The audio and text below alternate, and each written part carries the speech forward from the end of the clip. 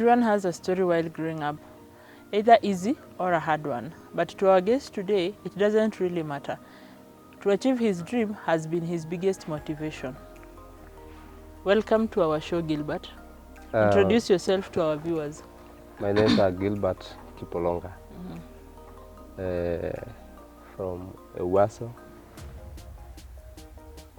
Kajiado County. Was born in Ajile location, Ajile sub-location.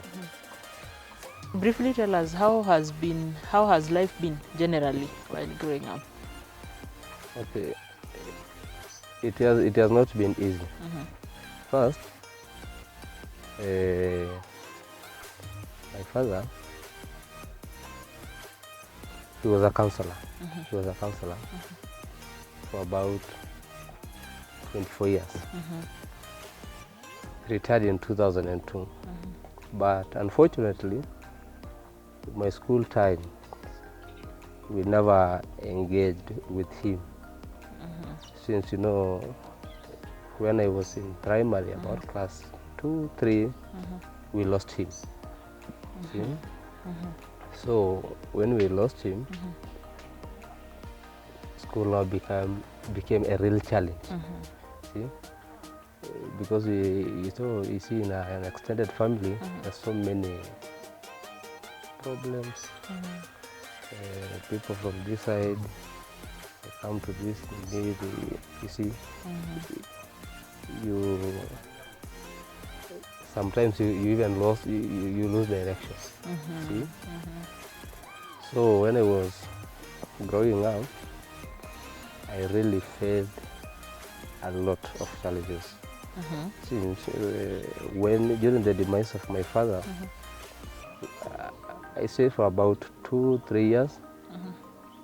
Then I lost again my mother. That was about 2004. Then I started now life afresh. See? Being the only boy I was among the only 6 girls. among 6, though 2 are married. Yeah. So the rest, I must Take care of them. Clothing, everything. So And you just generally became the man of the house? Yes, I became the man of the house. Oh my God. I took care of everything. And you see, my father had properties, but you know, most of us, my elder brothers, we are not learned. See, we are not learned. So most of them, they dropped in Form 2, cafe. So we were not learned. So we had properties, but we couldn't identify them easily until myself, I came after school now. You couldn't identify the properties you had? Yes, easily, until I graduated just from high school. So my school times were really difficult, because during the demise of my father and mother, I started from zero. So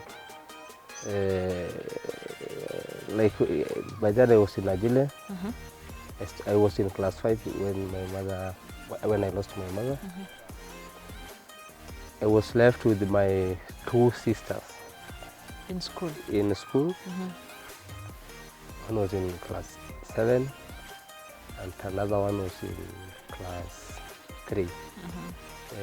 Luckily, my elder sister came. She took this younger sister, so I remained with one.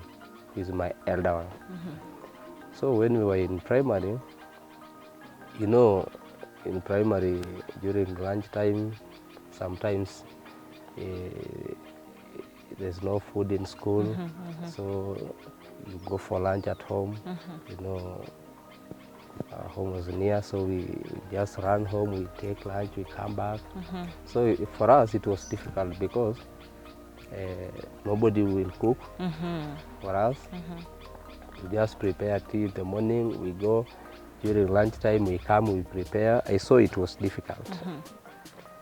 In class 5, I dropped from school just to make sure my sister is comfortable. she's comfortable, she's in school, and she's getting lunch, you see. So I could stay at home, I go and make, fetch firewood, I sell to the nearby hotels, see. You used to sell firewood? Yes, I used to sell firewood to the nearby hotels in Agile, Agile Center, until I opened a shop. So my sister became very comfortable in school. You started investing from class 5? Yes. Oh my God. I didn't even attend class 5. I dropped from class 4.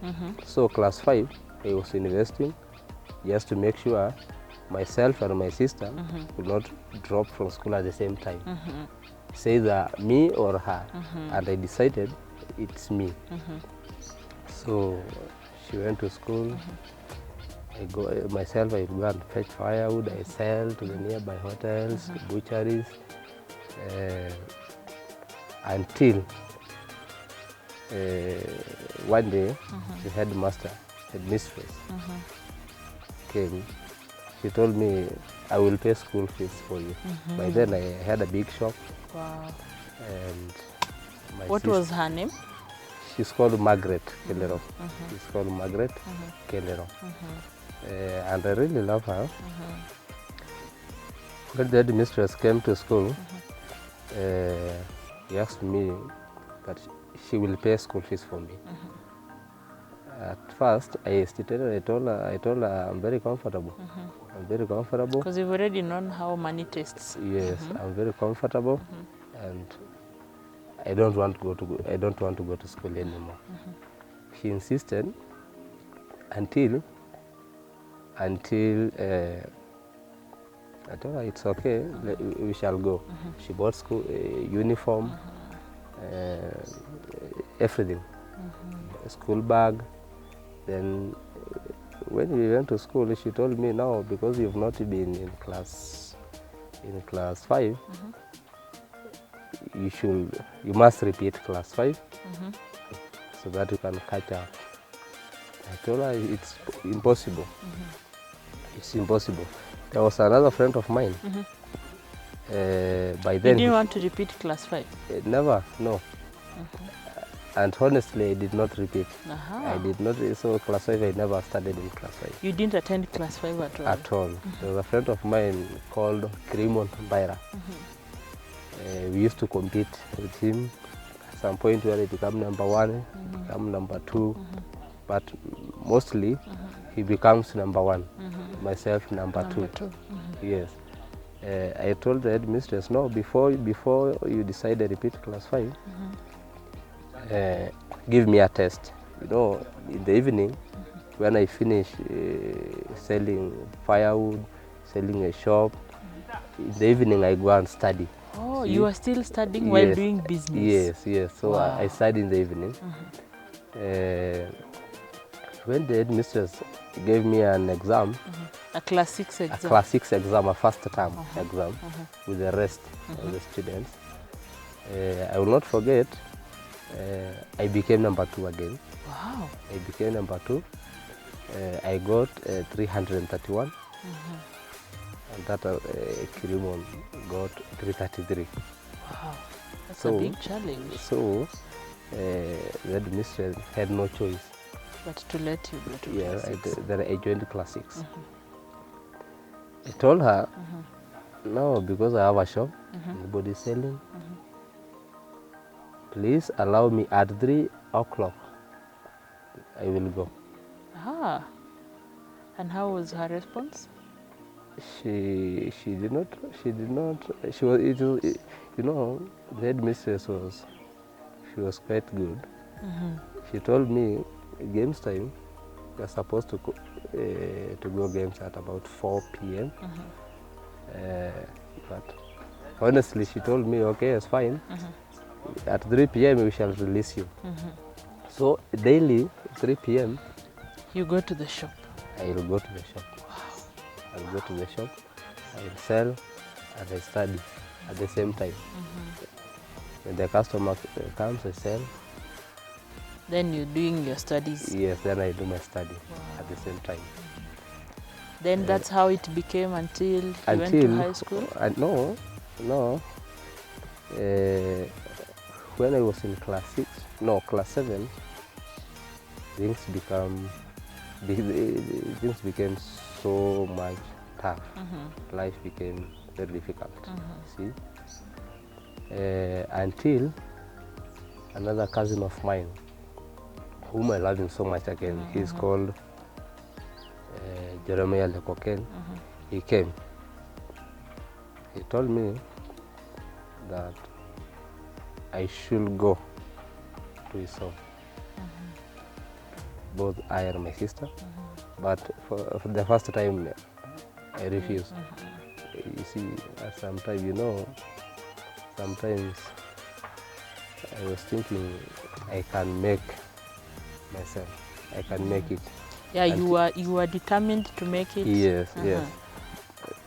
But at some point again, when I come back, I look at my sister. I see it's not easy for her. It's not easy. Until my sister requested me, please let me go to your cousin's place. Yes, because even her, I told her you cannot go. And I let her go. And how old were you while in class 7? I was about 14 years. Wow. I was about 14 years. Wow. She went. 3 to 4 months later, the same guy came again, that Jeremiah. He came, he requested me again. That time, he came to school. He came to school. He told me, no, we should go. We should go. I'll go and pay school fees for you, everything. That time, I did not refuse. But I had to sell everything I had in my shop, including firewood, because I had a heap of firewood. You had kept a heap of firewood? Yes, yes. So when you come, a customer comes, I will just give him some pieces. See? When I sold everything, now I went to Remit Primary School. Or you changed schools? You shifted from Najile I shifted from Najile to a then different I place. went to Remit Primary School, where I finished. Okay. And how was that time while you were staying with someone else? Because you are used to taking care of yourself, now someone is taking care of you? Okay, it is again difficult.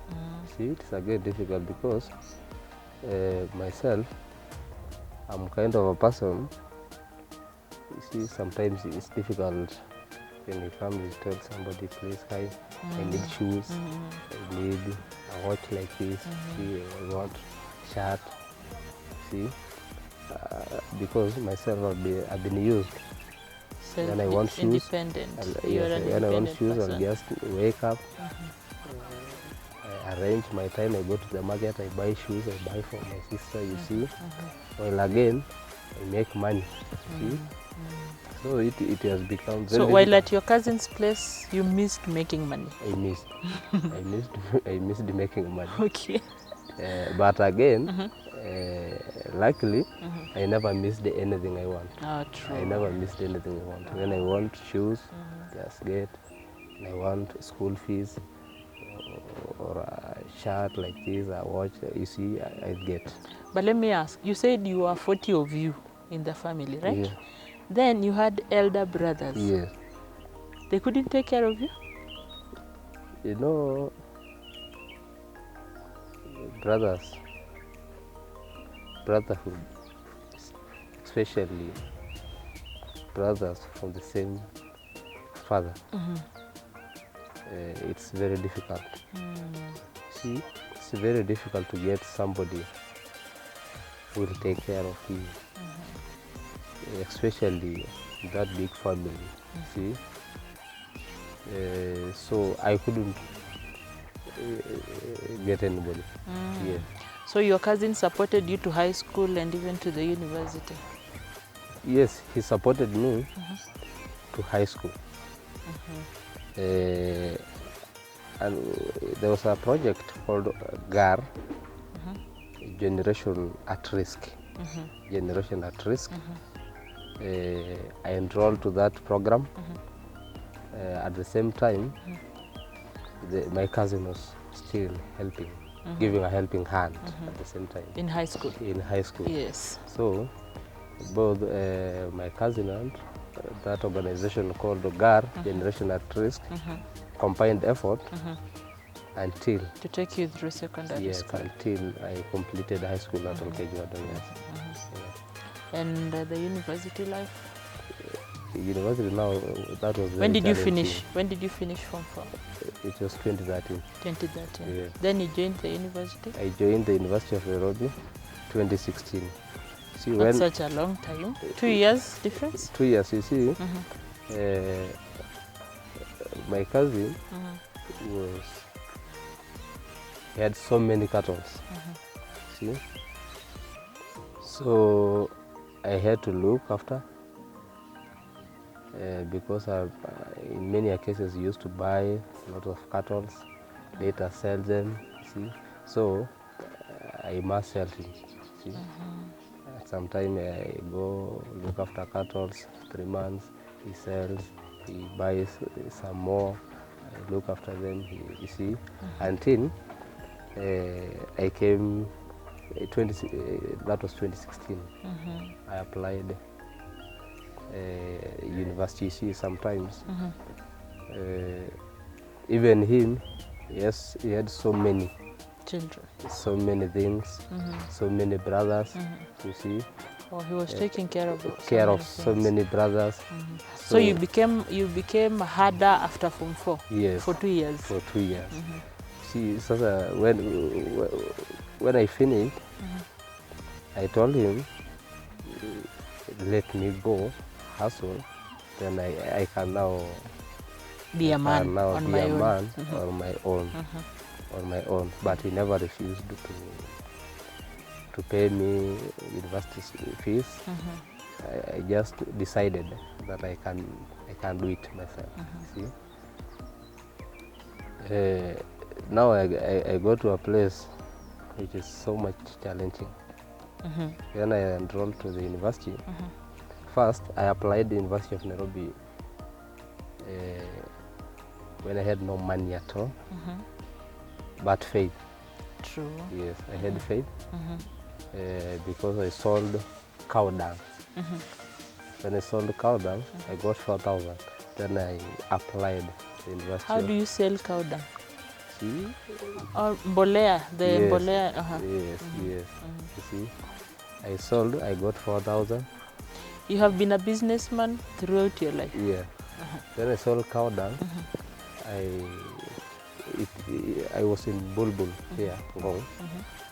Then I boarded a matatu. Then I went to the university and applied. With the 4,000 shillings? Yes, but I used the 3,000 to apply. 2 weeks later, I was given a notification message that I have gotten an invitation to the university. Now that was like the end of the world because I had no money at all. You needed money for the school. And I've been called for orientation. Again, the problem with me, it's very difficult for me to call a person like this. I tell him I need some cash. You don't ask for help, totally. Okay, and it's not that I don't want, just that, see, it's not your it's thing. Difficult. It's not your thing to ask for help. Yeah. Until another friend of mine called me when I was still looking after. He called me, told me that I have a friend of mine whom we are working with. He wants some piece of land here In Ngong. in Ngong. I've never done that business, but I just gained courage. I told me I have that piece of land that you want. And now I came to Ngong. I asked for that whatever until I got. The following day, they came.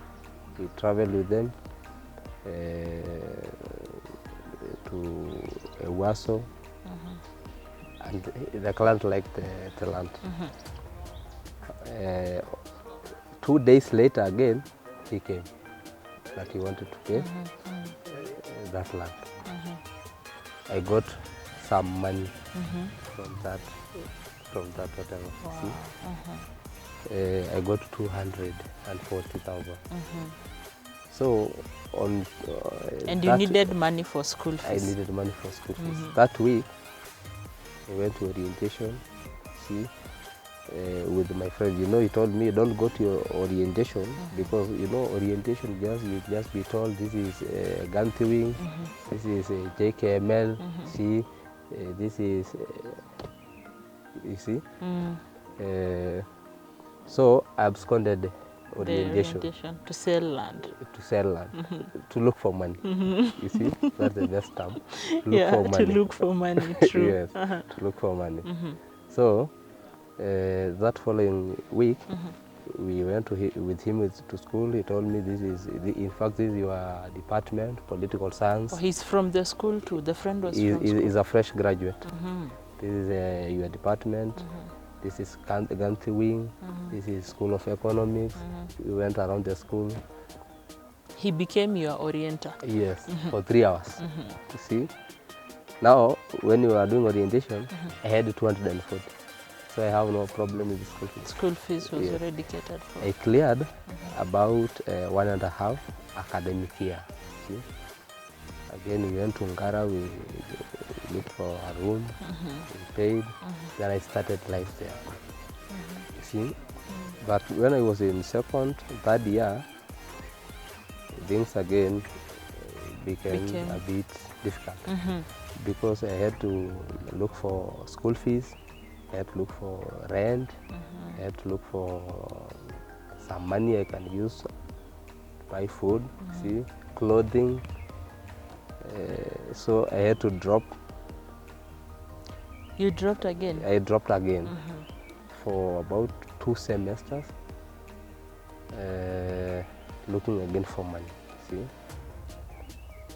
I dropped from school, but at some point, when I come, I get about 20,000. I dropped the school account, I paid 2 units, you see. So I just did like that. I applied 2, 3 until I completed just recently. So you've been on and off school because of school fees, but you finished. Off. But you have finished. I have just finished. I'm just awaiting graduation this December. Wow, yeah. That's really interesting. So you see, during my that year, I dropped for 2 semesters. You see, I dropped because when I was in that year, I decided that I should marry. Then I got married when I was in third year. So you married before you finished, okay? Yes, yes. So you see, I married because I wanted to continue with my business. Oh, to business. And, yes, and I wanted a helping hand. You see. Wow. So I had to marry, then so that I can leave my wife at my hustling places. You see. Then myself, I continue to school. I continue in school. Okay. Yes. So what has been your biggest support despite all the challenges you've been through? My biggest support, I think, is none other than that cousin of mine and my sisters. Yeah. Because when I hang at a certain place, I call him, he'll drop some K, 2K, some C, some 10, depending the situation. Yeah. Else, you see. Yeah. Even my sisters, they helped me a lot. Mm-hmm. Especially when I was in school, they used to pay rent for me. They just gather about 10,000 and they send to me. They have been your biggest They have support. been, truly. And They have do you think if you had your mom in your life right now, or if you had your mom that time in life, would anything have been different? Of course, because one thing I will never forget about her. In fact, when I was going to school on and off and hustling seriously, when I was young, see, when you are young, you remember some things. My mother used to tell me, when you grow up, what will you do for me? I told her, one, you'll not be going to look after. I will buy you a car. Wow. I will build big houses for you, rental houses for you. I will build a home for you. So when I was growing, I wanted to make these things real. The promises you gave to your mom When I you was wanted, young. yeah. Yeah. So unfortunately, I lost her. But again, I did not lose the promise. The dream and the promises. Yes. Yeah. I kept them. That the flats I had for her, I will still maintain. You see, in our culture, your wife and your mother, they are not so much different. Yeah. See? So I said, I will do this. Maybe for myself, for my children, for my wife, you see. Because at the same time, you know, my mother and myself, we were to live together because we had no any other son. You are the so only I had son. to take care of her. Now that she's not there, I cannot lose the urge to get whatever I was getting for her. So that spirit kept me moving. See? Yeah. When I was in high school, I started from primary. I was selected a school head boy. Again, I'm now telling you about why I like politics. Yes. When again I attended Najila Boys, I was selected twice unopposed. Again, The school head boy. Yeah, by then it was called the school captain. Again, I attended Olkejuado High School. I was again elected. See, when I attended the University of Nairobi, I was again elected a Kenya Maasai Students Association chair. See, so all along, you wanted to become a politician. Yes, and that's why I did political science and public administration. Yes. So you are still following your political line? Yes, even now. Currently,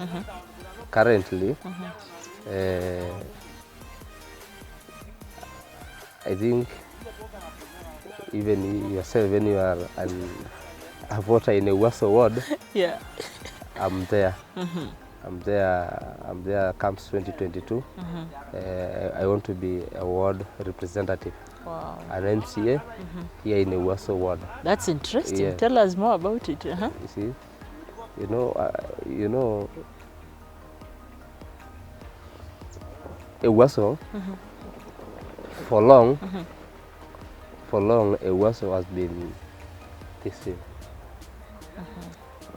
By the same, you mean? You see, developments is stagnant in Ewaso. See?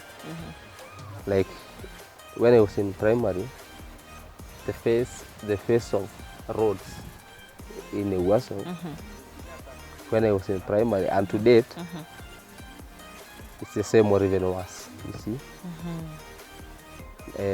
sources of water. I think the sources of water were better during Saitoti's era, Professor. But currently, everything is worse. Everywhere, there's no water, piped water. See, again, cattle. There are so many cattle dips. Maasai and cattle. Yes, cattle dips. About in Ewaso, about when you go to a place like Olodungoro, Najile, Orgumi, Ewaso, Saikeri. Those are villages in Ewaso villages ward. in Ewaso ward. Yeah. Remit, just to mention a few. They had cattle dips. They were functioning. But now, status quo, they are not. A few of them are functioning, but many are not. See? Again, education. They are there, but not functioning. But, yeah? You see? There, but not functioning. Again, education sector in Ewaso. Okay, we've gotten a few schools have merged, like Najile Girls, it was not there. Kimuka Girls, it has also emerged, it was not there. This other school called Rungaroj Boys, it was not there.